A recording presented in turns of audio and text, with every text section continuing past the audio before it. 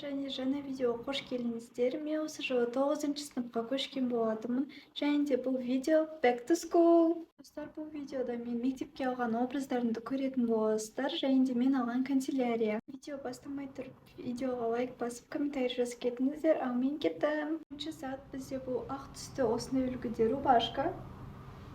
Бірінші алған затым бұл бізде клеш және де обычный киот түрдегі екі шалбар. Бірінші образым осындай образ. Бұл бізде атласовый рубашка. Бұл басқа рубашкалардан қарағанда өте ерекше, себебі бұл атласовый рубашка және де алтын түймелері бар. Ол приталенный рубашкалардың бірі, сондықтан басқа рубашкалардан қарағанда ерекше болып, обычный образдарды да ерекше қылдырады. Ал астында менде осындай клеш шалбар. Мен шынымды айтсам камерадан бүткілі көрінбей тұр, бірақтан шынымды айтсам бұл клеш маған негізі ұзын. Бұны қысқарту керек. Бұл образдың минусы, маған детальдарды әлі түзету керек. Мысалға мына жерді тігу керек және де клеш шалбарымның етегін қысқарту керек. Шынымды айтсам бұл образды мен қаладан тауып алдым. Ешқайсым заказ бермедім. Тіпті бұндай рубашканы қаладан табам деп ойламаппын. Завязкасы де подчеркивает эти детали, сол себепті бұл рубашка басқалардан ерекше деп ойлаймын. Образ бұл бізде осындай юбкамен, бұл рубашка тіпті юбкамен де үйлесе етті, және де ерекше болып тұр. Юбка негізі былтырғы юбка, және де қысқа, бірақ видеода көрінбей тұр. Бұндай қысқа юбка, қысқа дегенде нормальный, но қысқа сияқты көрініп тұр өзіме. Менің осындай үлгіде сатып алған пиджагым, бұл пиджакты мен күн суықта таңертең киетін боламын. Мен үстіне бұндай пиджак сатып алған болатынмын. Бұл пиджак да өте ерекше және де басқаларға ұқсамайды, әдемі деп ойлаймын. Бұл бізде осындай мектепке пиджак. Бұл басқа пиджактардан қарағанда тоже ерекше деп есептеймін, себебі бұл қысқалау және де кішкене приталенность бар. Вообще басқандай пиджак өмірімде бірінші рет көрдім, но әдемі екен. Жақыннан пиджак осындай. Басқа пиджактарға тоже ұқсамас, ерекше үлгіде. Сол бізде қара түсті осындай корсет. Сол образ бұл бізде осындай корсетпен образ. Маған өзіме корсет қатты ұнайды, особенно мектепте особый деталь қосады сияқты. Мен рубашкамен өте әдемі тұр. Бұл рубашкамен негізі былтырғы рубашкам, бірақтан ана рубашкамен корсет жараспайды деп ойлаймын. Сол себепті былтырғы рубашкамен вообще күшті тұр. Мен бұл рубашкам былтыр вообще кимеген болатынмын. Мен басқа рубашкам болған соны кидім. Именно менде бір жап-жаңа болып тұр мына рубашка. Бұндай образды басқа қыздар да көп киеді. Тек қана менен ғана емес, басқаларынан да көрсеңіздер болады. Образды негізі менен ғана емес, басқа кісілерден де көрулеріңіз мүмкін. Бірақтан бұл образ маған прям қатты ұнайды. Былтырда мен корсет киген болатынмын, бірақ былтырғы корсет маған ұнамады. Және де бұл корсеттің ерекшелігі, бұны қараңыздар резинкада, ал замогы бұның шетінде, мына шетінде. Прям өте күшті. Бізде осындай жилетка. Келесі бұл осындай образ, жаңағы образға өте ұқсас. Бұл жилеткамен образ, және де бұл жилетка обычный емес, бұл жилетка бізде корсетовый. Бірақтан маған былтыр кішкене үлкендеу болған, более-менее қазір нормальный сияқты. Точно нормальный емес, күшті тұр. Осылай киінсе болады, как обычно, мектептің талабына сай. Просто ерекшелік тоже корсетовый рубашка, обычный емес.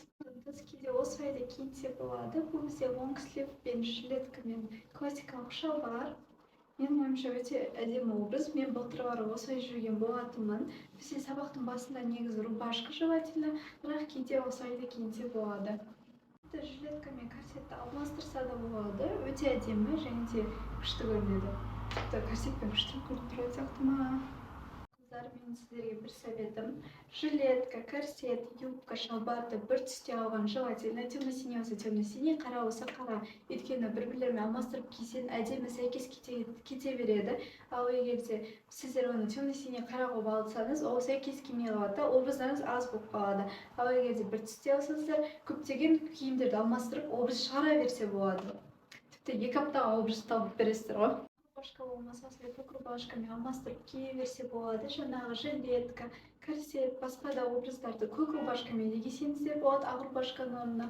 Менде осындай көк түсті рубашка, оверсайз, тіпті приталенный емес. Мен почти рубашкаларым корсет, наверное, приталенный шығар, сіздердің ойыңызша. Бірақтан осындай көк түсті әдемі рубашка бар. Менің советім, қыздар, сіздерге егер де рубашка осындай оверсайз болса, егер сіздер прямой шалбар кисеңіздер, килоты кисеңіздер, оны бүйтіп қайырып қойған дұрыс. Егер де осындай клеш киіп тұрсаңыздар, оны осылай жіберіп қойған әдемірек көрінеді деп ойлаймын. Және де тіпті киімдерді алмастырып кие берсеңіздер болады. Жаңағы образдарды обычный шалбармен де кисе болады, клешпен де кисеңіздер болады. Мен просто киінуге еріндім. И шынымды айтсам, бұл образдарды әртүрлі қылып бір-бірлерімен алмастыра берсе әдемі болып шыға береді. Мен тіпті шығара беруші едім, көрсетуші едім, бірақ та мен еріндім кейбір киімдерді киюге. Вот. Шалбармен емес, осындай юбкамен кисек те болады. Мен 25 майда 8-ші сынып бітіріп жатқан кезде бізде соңғы қоңырауда сабақ болмаған кез болатын. Сол кезде осы киімді юбкамен үйлестіріп, өйткені күн ыстық болды да, юбкамен үйлестіріп осылай кие салған болатынмын. Бұл киімдерді негізі әртүрлі қылып үйлестіре берсе болады. Мен тіпті одан да көп образ көрсетуші едім, шынымды айтсам еріндім. Мен және де поло заказ берген болатынмын. Поло рубашкам әлі келмеді, бірақ мен видеоны ертерек салғым келгені сонша футболкамды күтпеген болатынмын. Сондықтан пока что полосыз образдар. Спортивка. Бұл дышы сабағына мен осындай двойка алған болатынмын. Бұл менде қоңыр түсіме қалғандай. Мен негізі былтыр қоңыр түсті спортивка алғым келген, бірақтан былтыр таппағаннан темно-синий алғанмын. Міне осы жылы қалғанымда қоңыр спортивка әрең дегенде іздеп жүріп таптым. Бұл спортивканы ұнайтыны, бұның соң жағында не бар, резинка бар. Бұл резинканы біз өзіміздің спортивкамызды қайырып қойсақ болады. Сол себепті спортивка әдемірек көрінеді менің ойымша. Және де укороченный болғаннан бойының ұзындығын көрсетеді. Өте женственный әдемі спортивка. Қандай үлгіде алғым келген, бірақ бұл спортивкада маған қатты ұнап тұр. Басқа үлгіде дегенде, мен негізі что-то в таком роде хотела. Бұны маған ұнайтыны бұл Зарадан двойка. Өте әдемі және де күзге өте күшті вариант деп ойлаймын. Маған прям қатты ұнаған, бірақ менің размерім өкінішке болмады да, бізде болмағанды, бірақ өте әдемі. Маған особенно астыңғы шалбарымның размері болмады. Мен кейде мектепке келіп бұның үстін киіп тұратын шығармын суық күндері, бірақ не судьба.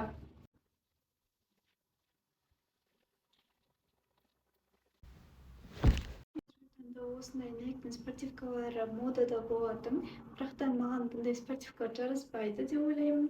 Және де білмеймін, маған какое-то что-то другое хотелось. Бізде Ақнар өзінен алғандықтан осындай небесно-голубой түсте нәйіктің плискасын алды. Бірақ цвет өте әдемі екен. Негізі осылай тұрайды, бірақ маған если честно жараспайды сияқты, вообще ұнамайды. Бұл Ақнардікі. Но цвет әдемі, признаю. Және де качествосы қолға өте приятный. Жаңағыда маманың несі екі двойкасында да прям қолға приятный шы. Зара дегені. Мен осындай әдемі туфли алған болатынмын. Мен негізі балетке қалағанмын, бірақтан одан да әдемі туфли таптым деп ойлаймын. Мен клеш және шалбармен прям өте әдемі тұрады. Сындым мына туфлиға. Туфлилерден бастайтын болсақ, бірінші сумкадан бастаған дұрыс сияқты. Бұл мен былтырғы сумкам, былтыр бұны әрең дегенде іздеп тауып алғам.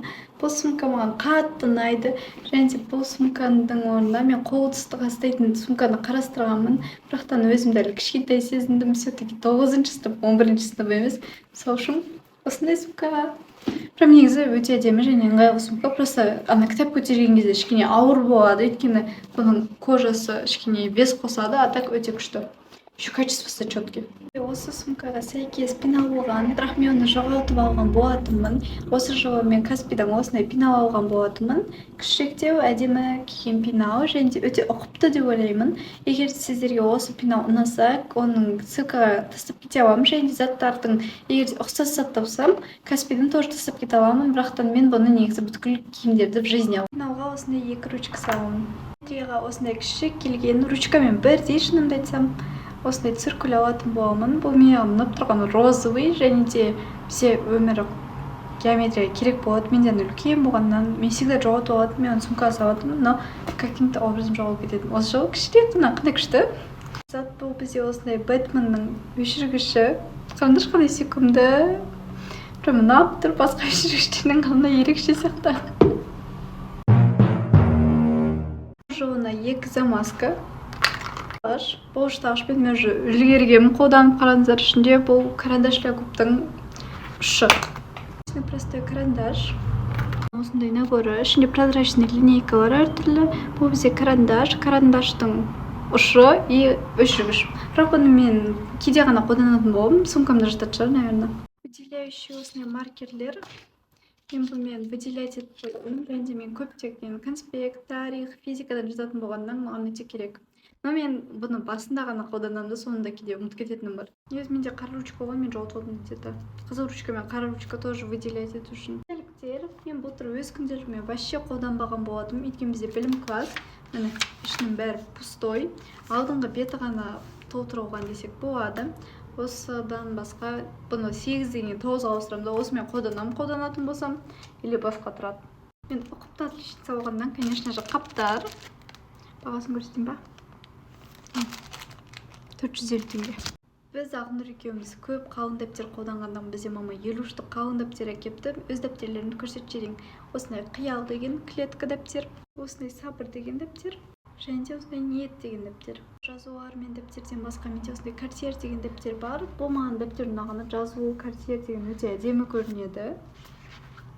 Прям күшті. Менде осындай естелік деген дәптер болған. Бұл дәптерді мен ағылшын қосымшама орнадым. Бұл біреу аққан экземпляр болғаннан қосымшаларынан ашадым.